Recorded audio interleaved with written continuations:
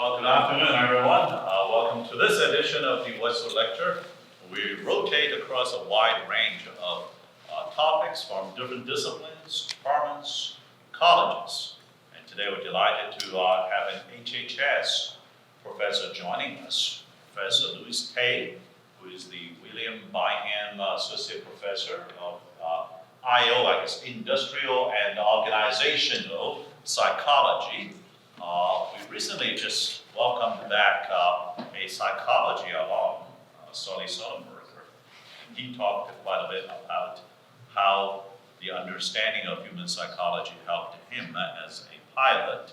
And today's topic is a very important one in wellness in society, or how do we assess and advance societal well-being. So delighted to welcome Professor Tay here, and looking forward to a wonderful conversation after your presentation.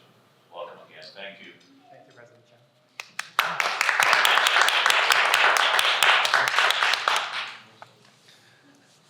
Thank you for the kind introduction. It's such a delight and honor to be here today. I was just sharing with Catherine that I was a new assistant professor when I actually came for one of these Westwood lectures years ago. And it was so fun because I got to learn so many new things. And this professor was from physics, Erica Carson. And just really amazing to be here now to be able to share my research with all of you today. As President Chiang mentioned, I'll be talking about assessing well-being in societies, really thinking about emerging opportunities and also challenges as well. Now, I'm sure all of you here are totally against the idea of well-being, especially in the College of HHS. I'm kidding. But I'd like to at least give you some reasons for why we should start thinking about well-being and why more and more societies care about human well-being. If you really think about different religious and philosophical traditions, human well-being has always been one of the prime concerns. Think about different religious perspectives, such as thinking about concepts like shalom, blessings, enlightenment. All these connote the idea of well-being, whether in the present life or perhaps in the life to come. We also think about philosophers, since the Greek philosophers who have talked about the concept of eudaimonia, meaning happiness and welfare. And since then, we've had recurrent discussions on how we can achieve happiness and how we can live a good life. So that's really important and core in terms of what we are thinking about. But also in contemporary society, more and more people actually care about human happiness and well-being. A large-scale survey across 20 other nations of college students actually found that college students care more about well-being than something like money. And I'm teaching the science of well-being here at Purdue, over 100 students, and I actually polled them a couple of weeks ago, knowing that I'll be giving a talk here. I asked, hey, how many of you care about money? How many of you care about well-being? And virtually everybody said they cared more about well-being than money. So clearly here, we are touching on an important vein, something that people care about. The other aspect is that happiness also has a functional value as well. Happiness is predictive of health, of greater longevity, and greater levels of productivity as well. As an organizational psychologist, we find that people who are happier actually perform more and perform better at their jobs.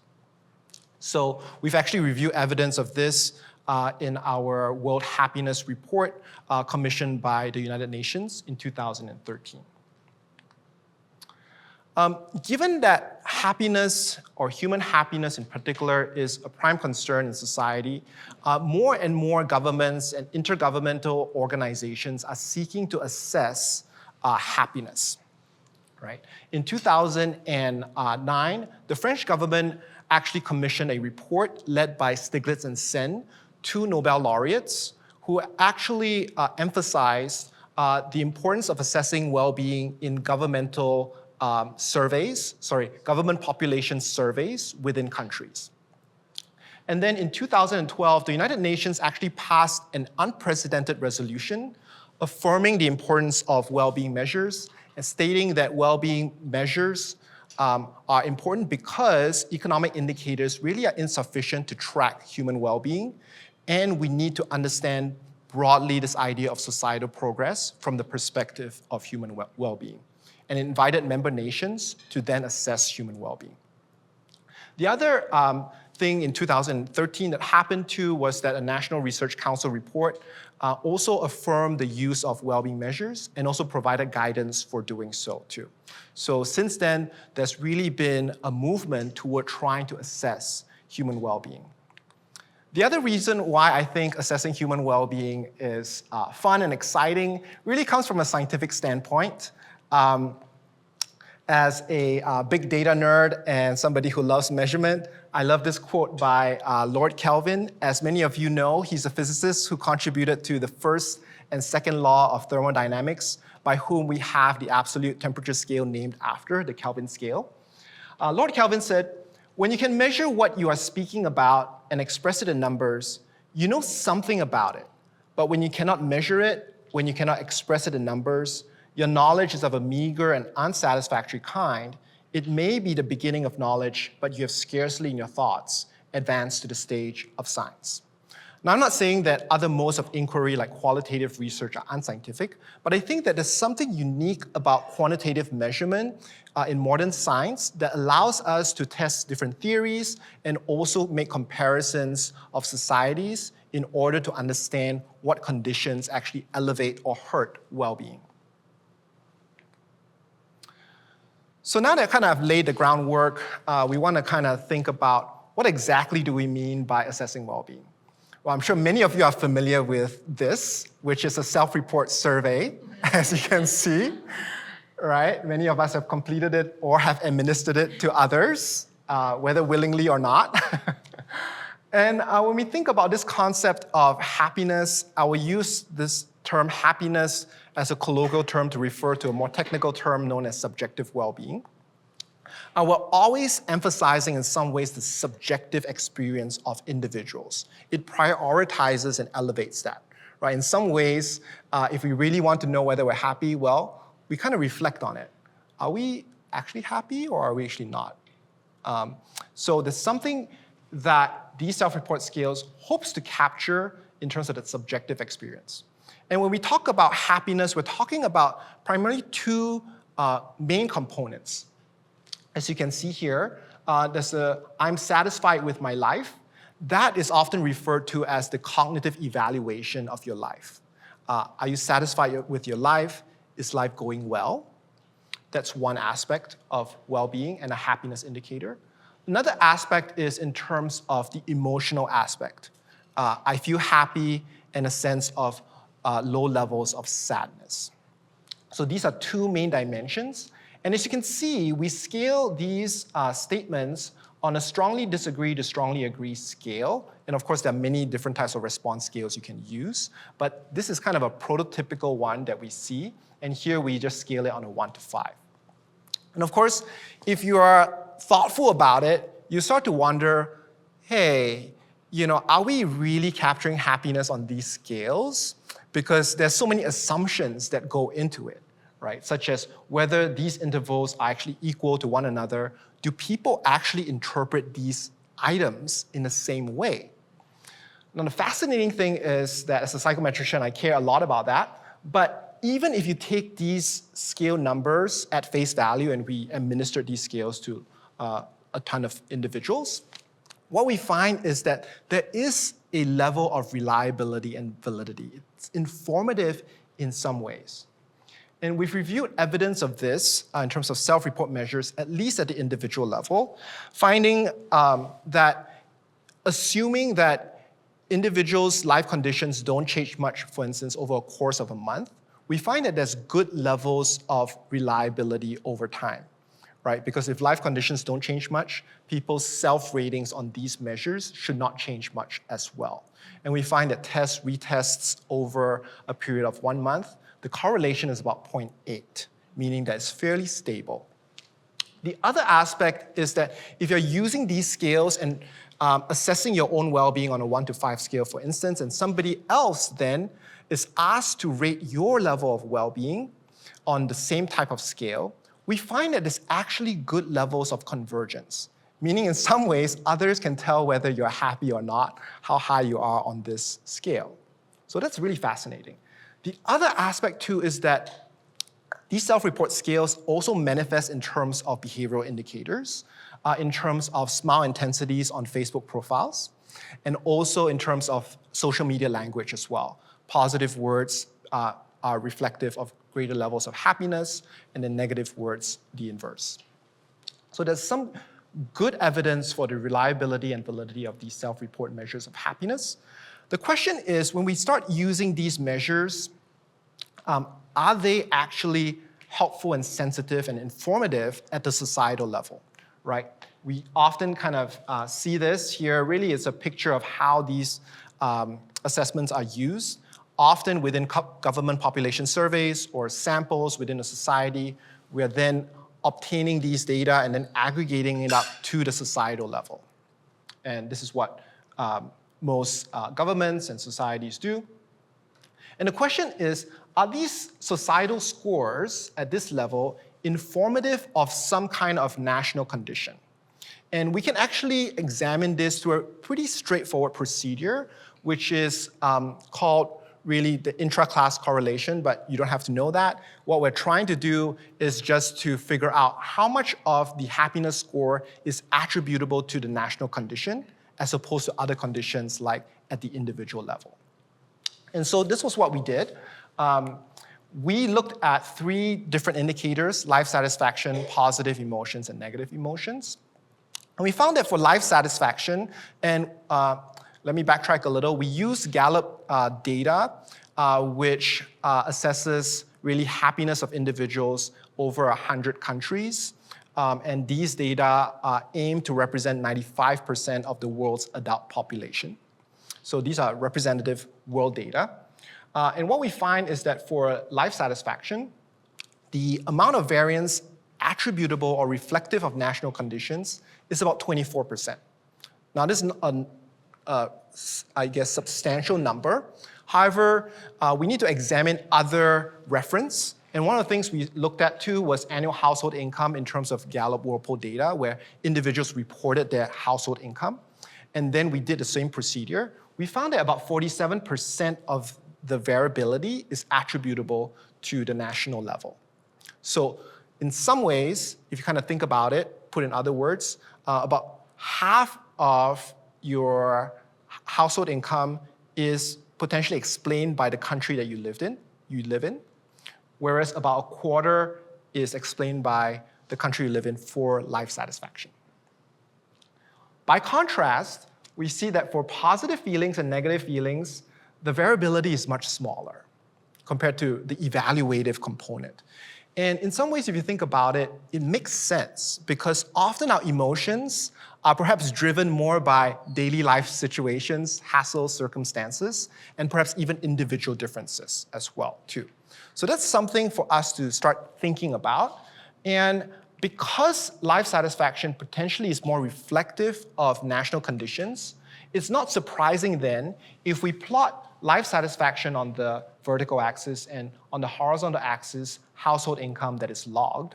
And we kind of look at nations around the world, and you can see that the colors represent different regions of the world, and then the size of the circles represent the population size of countries. We see that there's actually almost a linear relationship between the national conditions like annual household income and life satisfaction. However, I don't show this here. When we look at positive and negative feelings, that relationship is much smaller. So it goes to show that perhaps the evaluative component as a happiness index is perhaps more reflective of national conditions. And of course, when we're thinking about a happiness index or happiness indicator or societal assessment of happiness, we're not merely concerned with a cross-sectional relationship like what I showed earlier. We're really interested in whether the well-being index also shifts together with what is going on in a society as things change over time. So in this regard, there has been some controversy about whether income is actually related to greater levels of happiness at a societal level, like GDP per capita. In order to investigate this, we also looked at using the Gallup World Poll of 158 countries, and these are all representative data. And then we examine whether income is predictive of life evaluations downstream or the other way around. And what we found was that even with two different indicators of income, one GDP per capita from the World Bank and another from the survey data itself aggregated up to the national level, we find that income is actually predictive of life evaluations, but not the other way around. And furthermore, we did not see this effect for positive and negative feelings, again suggesting that evaluative measures are more informative for societies as compared to something like emotion measures. So far, I've shown that happiness indicators, at least some types, can be sensitive to national conditions like economic conditions. But the question is, are they sensitive beyond economic indicators? Because a lot of societies are saying, hey, we need to assess these because they supplement the economic indicators that we have. And to investigate this, we wanted to kind of look at certain countries where there were significant challenges during this period of time. This study was conducted in 2014. We looked at the Egyptian crisis, the Syrian civil war, which extends to date, actually, and then the Greek debt crisis from 2007 to 2008. And we look at these indicators. On the top left, we see the GDP per capita obtained from World Bank. And I apologize that it's a little small. Greece is in blue, Egypt is in red, and Syria is in green.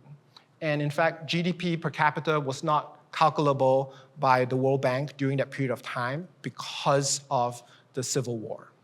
So the fascinating thing is that GDP per capita doesn't show any movement at all in terms of what is happening in the country. However, if you look at some of these well-being indices, like life satisfaction, we see a precipitous drop over time. And I apologize that you can't really see. This drop actually starts occurring even before some of the reported crises itself in 2011. So it's sensitive to some of these conditions, maybe even predictive of as well. Whereas in contrast with something like sadness and stress, we see sharp increases over the years.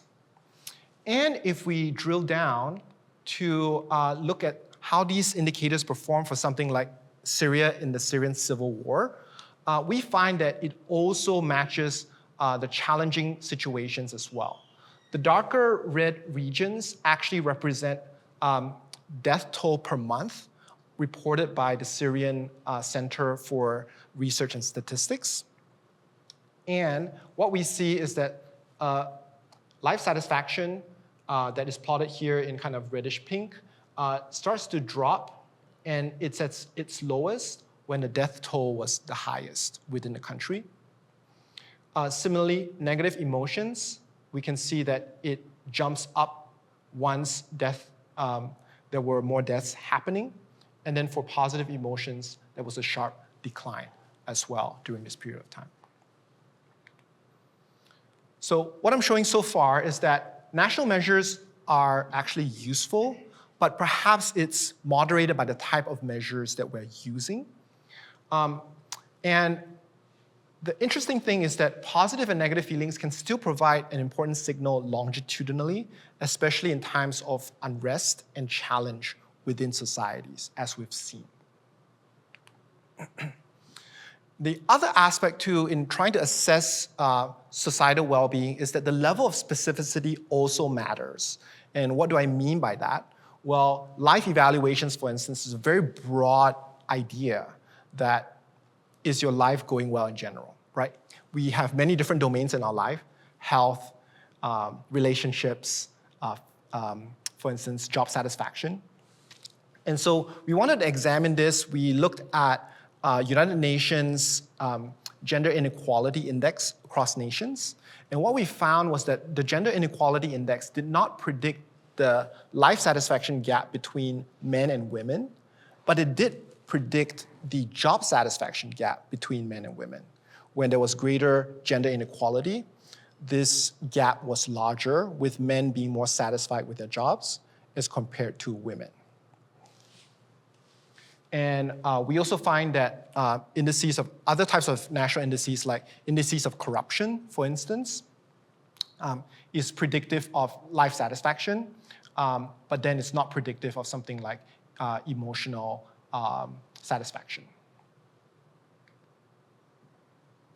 Now, I'm not saying that self-reports of well-being are a panacea for assessing societal well-being. There are significant challenges to using these measures. One of the things is that because many societies are using their own measures of well-being, they are pretty idiosyncratic. And so in order for researchers, policymakers to try to make sense of what types of conditions are actually predictive of societal well-being, they often rely on some kind of transformation in order to bring all these scales to be equivalent to one another, right? Which kind of makes sense. You're trying to make full use of the data that you have. The question is it actually effective at equivalizing the data or not? And one way that researchers have used is to just do a quote-unquote linear stretch method, as you can kind of see here. A 5-point scale is just being stretched to a 7-point scale. It's not rocket science here, but this is what some researchers are doing, including economists, sociologists, and psychologists. And Ruud Vinhoven at the University of Erasmus actually compiled this world database of happiness, and I apologize, it's pretty small for you to see, but looking at all the different measures that societies are using, and then also compiling that data as well. And he showed that there are societies using 3-point verbal happiness scale, from not too happy to 3 very happy, and then like a 5-point verbal happiness scale from 1 very unhappy to 5 very happy, and others using a 1 to 11-point scale, for instance. So a wide variety there, right? We were interested to see, what the effect is of this kind of linear stretch method, and does it actually make it equivalent or not?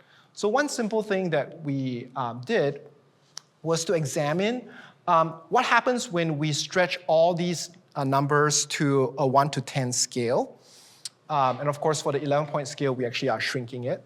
What we find is that it doesn't actually make it fully equivalent, because at the 3-point scale level, what we see is that the scores are substantially lower as compared to 4-point, 5-point, all the way up. So here, there are potentially issues of non-equivalence when we're using these different scale responses, which kind of makes sense, right?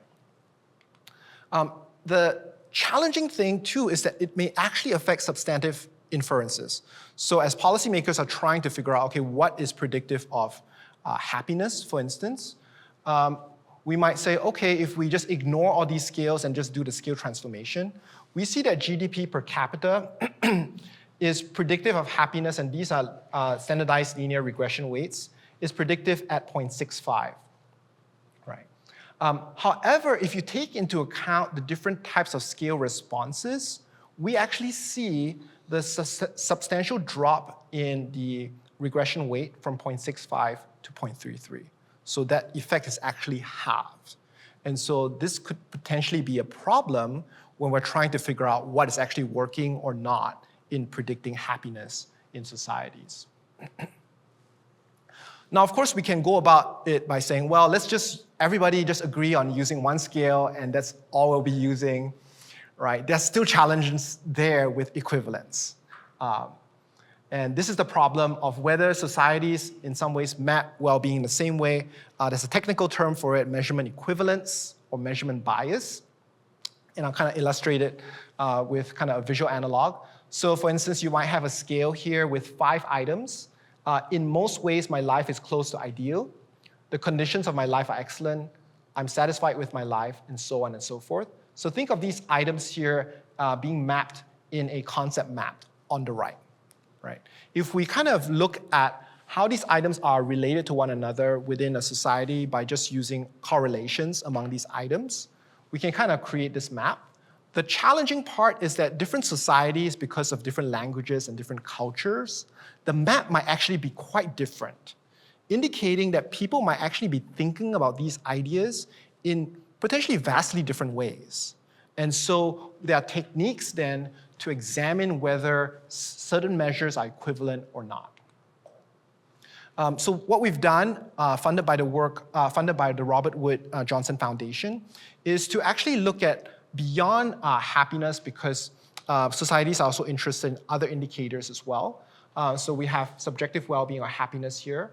And then there are other concepts like meaning, optimism, engagement, relationship, mastery in life, and autonomy or sense of freedom.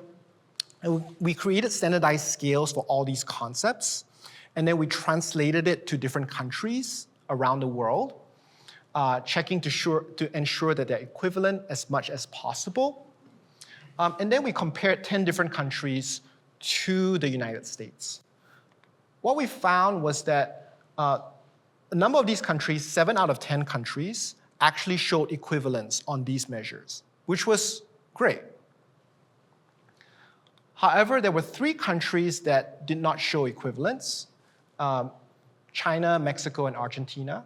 And in China, the challenge was that Chinese did not actually differentiate much between the concepts of meaning and purpose in life, a sense of mastery, and also subjective well-being as well. Whereas in terms of Mexico and Argentina, fascinatingly, in both countries, the concept of flow or being fully absorbed in activities was not actually well-defined. And so we actually couldn't see much of that for these 2 countries. So you can see here that there are certainly challenges that really need to be examined and perhaps looked at in order to overcome, in order to assess happiness across the world in ensuring that they're equivalent as well. There are other challenges too. Pew Research actually showed that a lot of these response rates for surveys in general, not just happiness surveys, are actually dropping a lot because of caller ID. Not surprising, how many of us still respond to unknown calls, right? Hardly anybody. So apparently it's lower than 10% now, and I wouldn't be surprised if it got lower. It's also intrusive. Very often you have somebody asking you, "Hey, Pam, hey, Louis, are you happy?" Like, what do you say? Right? And then it's also expensive. Imagine the amount of time and effort taken to kind of pay individuals to collect these data, even going door to door potentially. It's also slow. Even after you collect all this data, you need to process it. You don't get the information immediately. So that's actionable, especially for policymakers who want to figure out certain policies working right now within communities, for instance. So one of the ideas then that psychology and other fields have also tried to kind of overcome these limitations through the use of big data.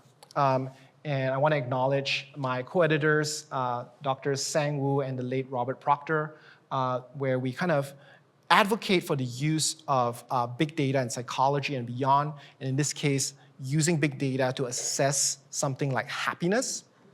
We can use video, voice, text data, and then also leverage large-scale sources of behavioral data, such as internet searches and also social media data as well, to try to assess societal well-being.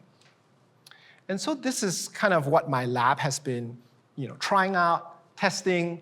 One of the things that we've explored is the use of online behaviors, Google searches in particular. So you can actually go to see Google Trends, and this is actually the site, and it says explore what the United States is searching for right now, so you can know kind of what people are interested in. The fascinating thing is that there are certain theories around this of information seeking. When people have problems in their lives, potentially, they're trying to seek information online to solve their problem, right? So if we kind of think about it in terms of well-being, when people are searching for potentially negative emotion terms, like depressed, depression, it's likely that it's reflective of what they're currently interested in, or at least maybe even facing in their lives.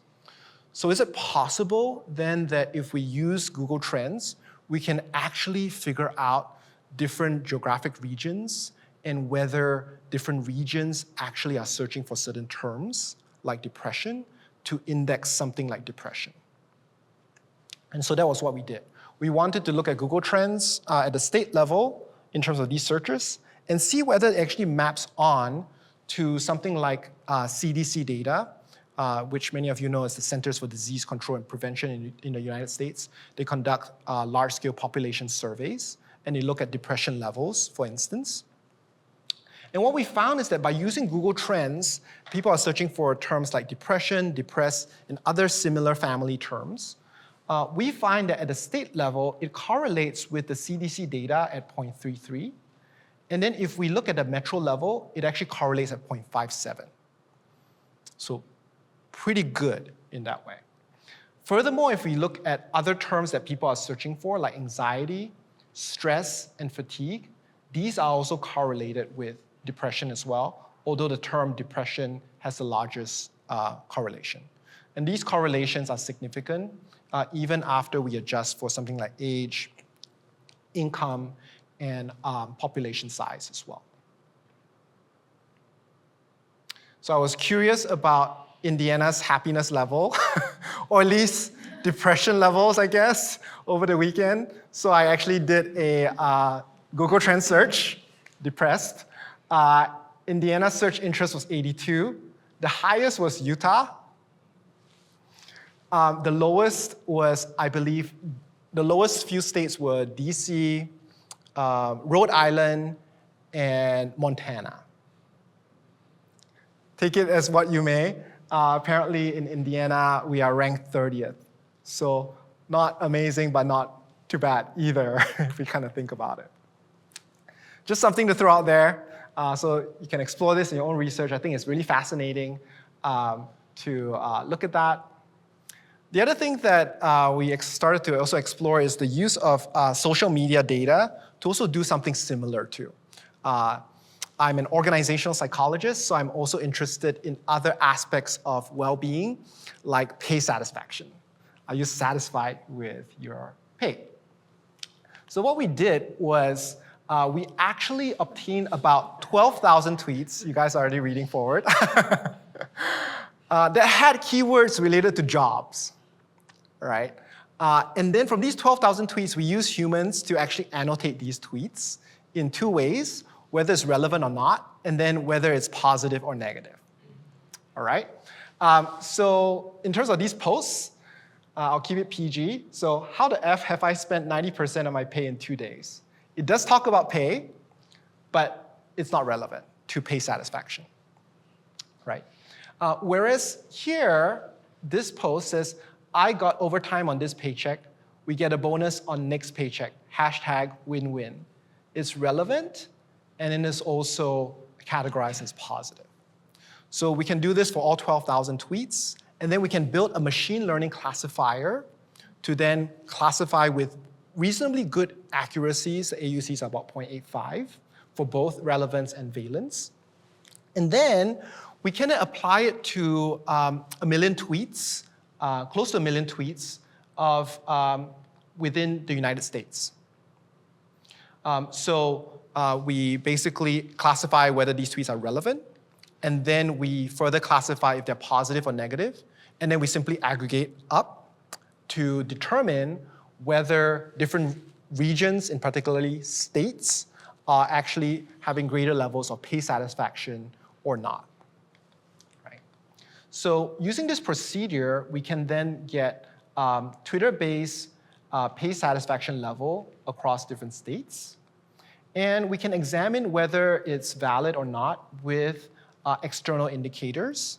So when we look at something like median family income, for instance, and on the horizontal axis, we have Twitter-based state-level pay satisfaction, we see a correlation of about 0.4.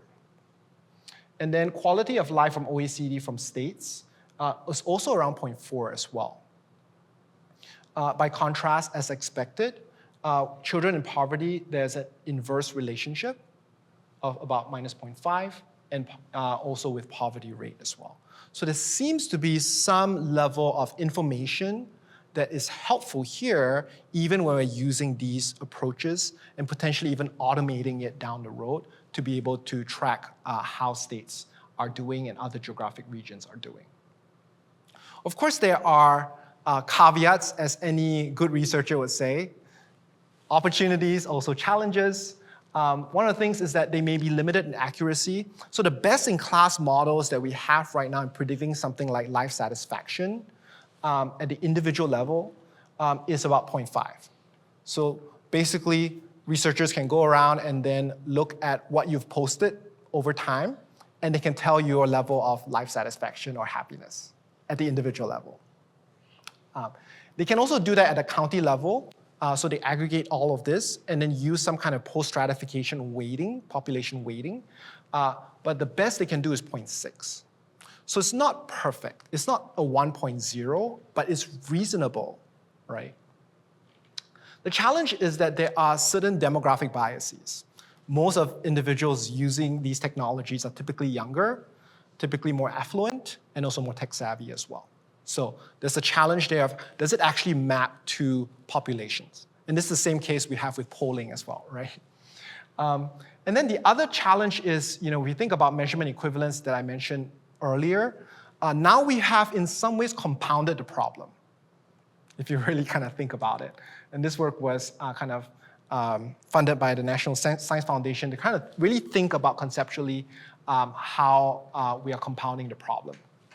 So kind of take a big data source, whether it's video, and you can replace this with Twitter and so forth. What we're doing is that we are actually extracting features from these data, whether text features or some kind of voice-related features. And we're using these features to then predict typically survey data, right, which I mentioned could be life satisfaction, which are indicative of happiness here. So typically, this is referred to as the ground truth or the labeled data that we're using big data to then try to predict using some kind of machine learning algorithm. So that's kind of simply what we're trying to do. There's a lot more behind it. But the challenge is that we now ask the question, if the survey data are not equivalent in the first place, and now we're compounding the problem because the features may also not be equivalent because we're using different modules, right? For maybe different societies because of different languages, now we might be compounding the problem. And most of these analyses are done within the United States primarily. And so as nations are trying to look at it across nations using these big data approaches, there's a big challenge there that I'm also excited to try to look at and potentially solve. And then, of course, the other aspect is that the training equivalence, meaning the features, whether they're weighted in the same way across countries, for instance, to predict ground truth data, we don't really know if they are necessarily equivalent or not. So conceptually, those are some of the challenges that we see. Now, because of the relative strengths and weaknesses of both survey data and also big data approaches, I feel really fortunate to be here at Purdue, and I just want to share a couple of projects that are ongoing and exciting for me. We want to leverage, smartphones, wearable sensors together with survey data, and this work is led by Professor Nan Kong from BME and Industrial Engineering, also working together with Nicole Adams, Ana Maria Estrada Gomez, and Vinayak Rao, where what we're trying to do is that we are obtaining survey data from communities and then also wearable sensor data as well, and then collecting it in the XPWell mobile app. So XPWell is actually a Purdue-based startup that I founded here at Purdue, collecting these types of new modes of data. And well-being tip, don't found a startup if you want to be happy, especially if you have a full-time job already. But what we want to do is to leverage this infrastructure to then kind of build predictive analytics for community assessments, and also pipe in things like news data and social media data online to really enrich this data. And what we can also do is to then use machine learning algorithms to then assess communities, especially underrepresented communities who are not providing this information at all, so that we can ensure that we are assessing their well-being and that it's being reported through surveys. So that's one. And the other exciting thing that is happening here at Purdue, as I mentioned, we really need to consider the context and the domain as well when we are assessing something like well-being. It's in terms of higher education assessments, and I really feel like Purdue is leading this effort now. So as many of you know, Dr. Beth McCuskey, the Vice Provost for Student Life, she is leading this effort in terms of the Steps to Leaps framework. It's really a framework developed by students for students. It's part of the roadmap for transformative undergraduate education by the Provost's Office. And there's 5 pillars. One, well-being or happiness, as I've kind of already expounded, but also other important aspects of student experience that are important to assess as well, including leadership and professional development, impact or the sense of meaning and purpose, networks, whether individuals are feeling embedded and supported in their communities, and even whether they're giving back as well to their communities, and also grit, this idea of persistence, and also passion, whether you're passionate about what you're doing as well. And right now, we've actually developed an assessment tool for this, and it's actually being rolled out annually here at Purdue among students to see how students are doing. And I feel like Purdue is leading this effort because we're able to then have normative data to inform other schools, other higher education institutions on how well their students are doing on these different dimensions. It's also very important for us in order to evaluate programming and policy, and also what's happening in the classroom. Are we actually enhancing students' well-being writ large? So in sum, I want to say that societal happiness can be measured. There are certainly challenges, but they can be measured. The type and specificity of measure is important to consider. There will always be the perennial question of the equivalence of these measures. There's the emerging use of big data. It's very, very promising. There are caveats. I didn't show everything. We're also looking at video data as well. But I'm really excited that we're here at Purdue and able to do this really amazing work. And I really need Purdue collaborators here, whether it's you or others, to really continue this line of important research. So I would like to end with acknowledging just being in a wonderful College of Health and Human Sciences, and also the Department of Psychological Sciences, and also being in one of the top-ranked IO programs. Actually, Dr. Sang Woo, this is my wife here. She wants me to say that I should actually attribute everything to her. And she's the boss, so I just want to make sure I mention that, check that off. I also want to thank all the funders who have supported this line of work and inquiry, and of course, all my mentors, collaborators, colleagues, students. I didn't want to mention anybody specifically because if I do, I'll miss out on certain people. Last but not least, I want to thank all of you here for listening to this talk and nerding out with me on assessing well-being in societies. So thank you.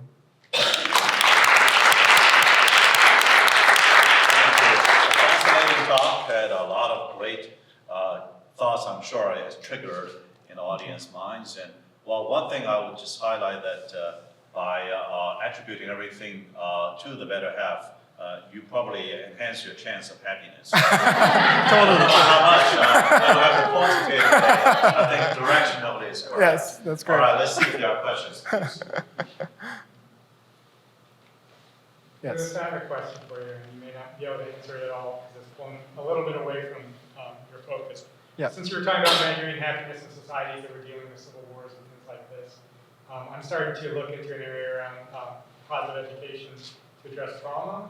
And I'm wondering if you see evidence of trauma or if you've seen anything like that with the measures of those kind of countries over time. So they've had these incidents and then they fade away. But if you see that happiness dip, be a prolonged sort of thing. Yeah, that's a great question.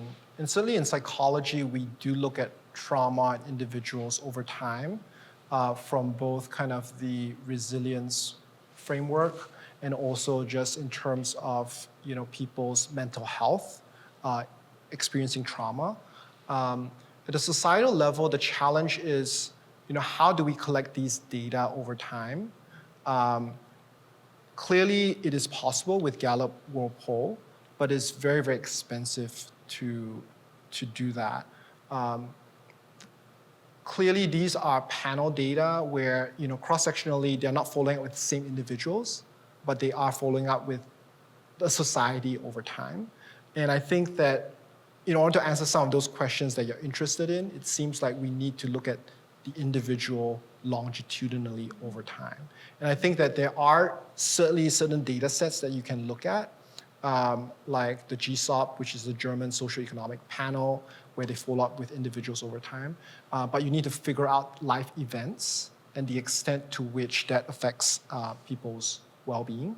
I don't have, there is research showing, and I teach this too, on the effect of scarring, meaning that individuals who are unemployed, for instance, actually don't revert back to their levels of well-being. So there's some effect where when you face a challenging circumstance, it scars you in some ways significantly, so you don't actually return back to, quote unquote, your baseline.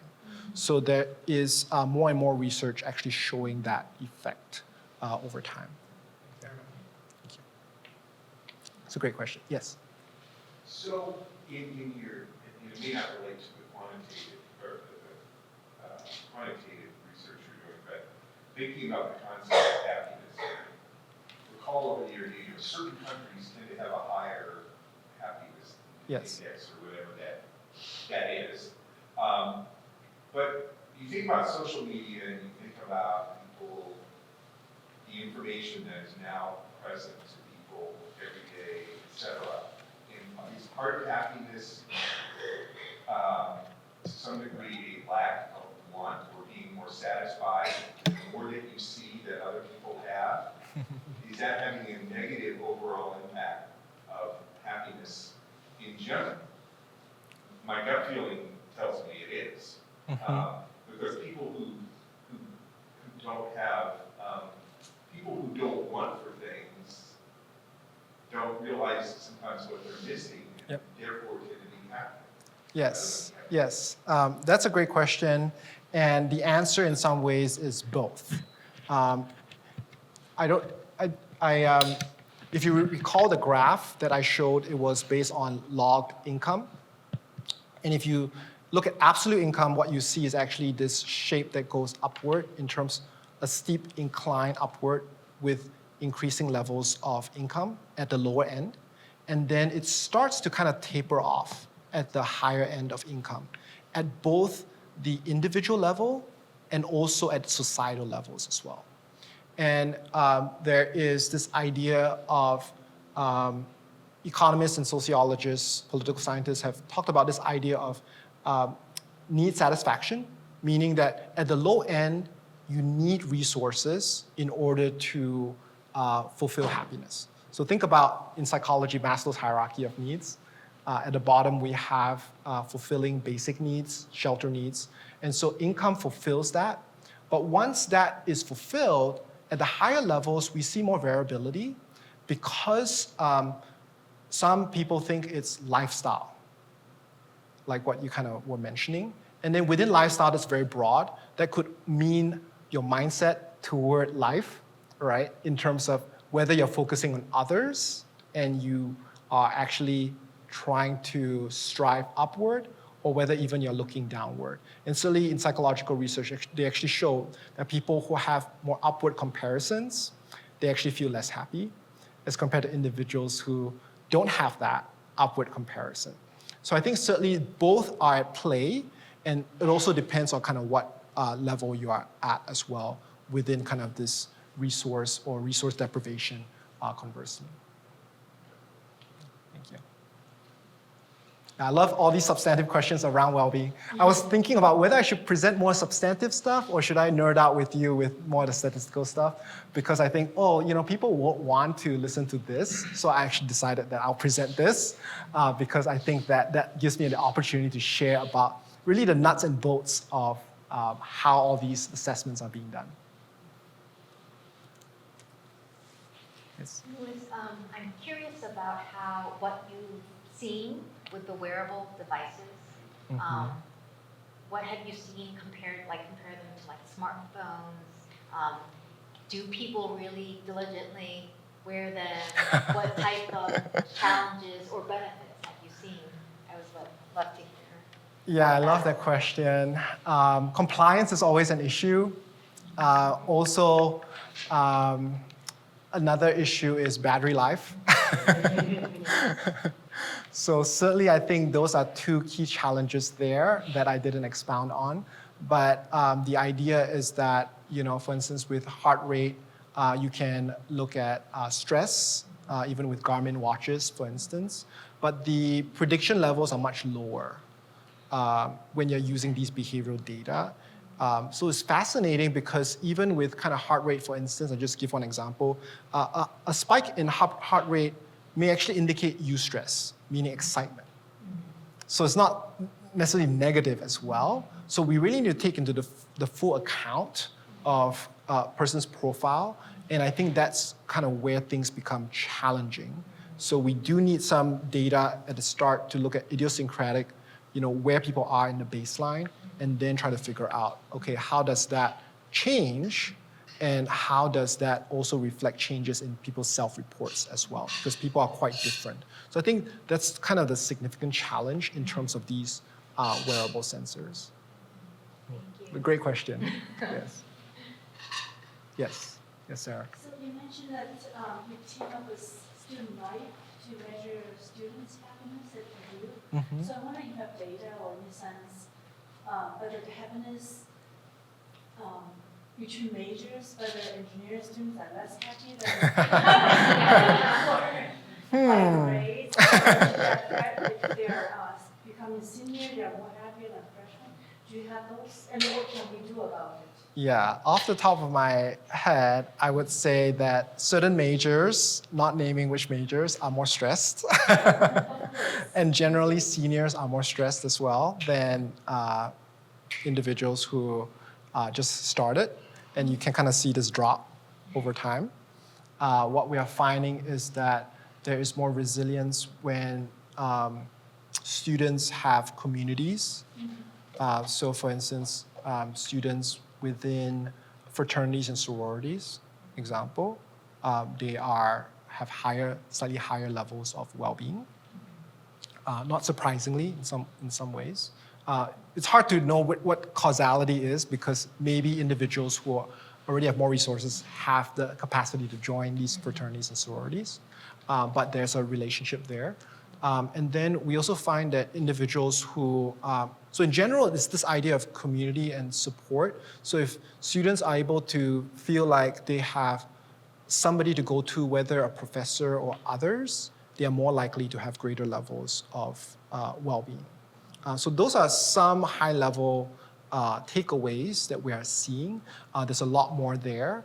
And I think that's kind of where we are able to then identify challenges and try to hopefully address them. And of course, the other aspect is that what we're seeing is underrepresented minorities typically have lower levels of well-being as well. So that's another significant area for us to work on as a campus.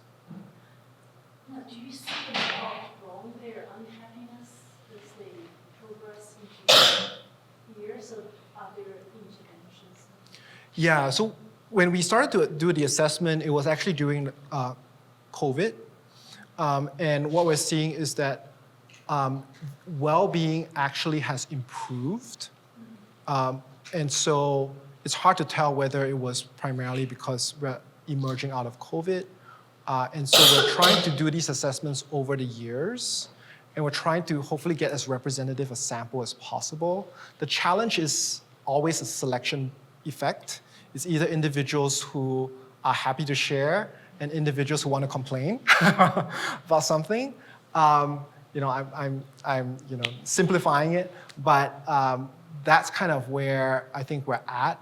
Some campuses, like for instance at Penn, where I was kind of providing advice for them on doing these assessments, have gone to the model to say, hey, before students even register for classes, they need to take a short well-being assessment.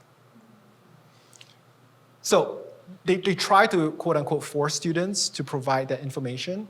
The question is, you might have the other problem where students are just randomly filling things out just to get it over with in order to register for classes. So I think both modes are possible, but I think that we want to try to explore that to really hopefully get as much data as possible from students. Yes. Thank you for your talk. Given the comparative equivalence measure that you talked about, and Yeah. also the sort of very specific background of the social media users that you mentioned, right, more affluent, technologically savvy, where do you see this kind of research is being equipped with qualitative data? Asking for qualitative researchers in the room, aka me. Yeah. In ways that also, right, can be used in societal level. Mm-hmm. Yeah, I think that the exciting thing about big data is that we can collect qualitative data potentially at scale. So I've not done this, but because we have over 5,000 researchers using the XPWell platform, what we've seen is that some researchers are using almost like vlogs where people are just reporting what they're doing and how they're feeling and all of that. So you can even capture video data, and then people don't have to type, they're just sharing it free flow. So you're able to collect really rich data potentially for a concept like potentially happiness in order to then organically derive what people are thinking about. The challenge, of course, with quantitative data, I didn't mention this, is that we often are imposing a structure on people, right? Which is like, we're giving you the question, so we assume that life satisfaction has to be in your mind, right? But we don't know in some ways. I mean, we are making a strong assumption there. But with qualitative data, you can ask people, what is your emotional state today? Maybe they're not even thinking about happiness. Maybe they're thinking about something else altogether that is more important to them. So there's, again, the effect of the researcher itself, right? What we're asking can potentially also affect the results too. But I think that certainly we need to do rich qualitative research to really understand what people, the human experience, as it were, broadly, and then kind of determine what people are actually thinking about and what people are valuing in terms of their well-being. Thank you. Maybe one last question, please. Yes. So, related question. So students, I forget the name of the app that you have. XPWell. Thank you, that Yes. one. So students are providing information. Are you also looking at sort of, they provide information, perhaps they get a snapshot of how they responded? Yes. And like a self-awareness piece. So how does self-awareness come into this? If somebody says, if you take one of these things and you go like, I'm not as happy as I thought I was, or I'm pretty darn happy. Yeah. Like, have you explored that end of the equation? Yeah, there has been research actually looking at that, and I can answer it in two ways. One is that happiness monitoring, intense happiness monitoring actually is related to lower levels of happiness. So it's the overly concerned, like, am I happy? Yes, am I happy and I'm not happy? Because some researchers have even said, the whole idea is that in most of your life, you're kind of like, if there's an accurate description. It's not like, oh, I'm elated, Of course, when we ask each other, how's life going? We say, great, because that's just the answer we give. But then if we really kind of sit down and reflect, it's like, okay, it's like, fine. So the fact that we're trying to look at that and we realize that we're not happy all the time, we actually get less happy. So that's one aspect. Intervention researchers, however, like for instance, use different types of interventions like mindfulness interventions and so forth to boost happiness, and they are effective. And then they provide feedback to people so that they know that it's effective in order to motivate them to continue the intervention. So from a motivational perspective, you can still use that. Those charts, for instance, I haven't done in my research, but I know other researchers who provide these charts to help people see like, oh yeah, I'm actually improving on some value outcome, even beyond happiness, on some goals, for instance, or values, and that helps people with potentially with compliance. Well, this is excellent presentation, fascinating topic. Thank you. I'm gonna stop asking myself. That's right. That's why I'm not. I guess, but happiness is especially measured at a societal level and within groups as well. So thank you so much for joining, and a big hands of outstanding talk here.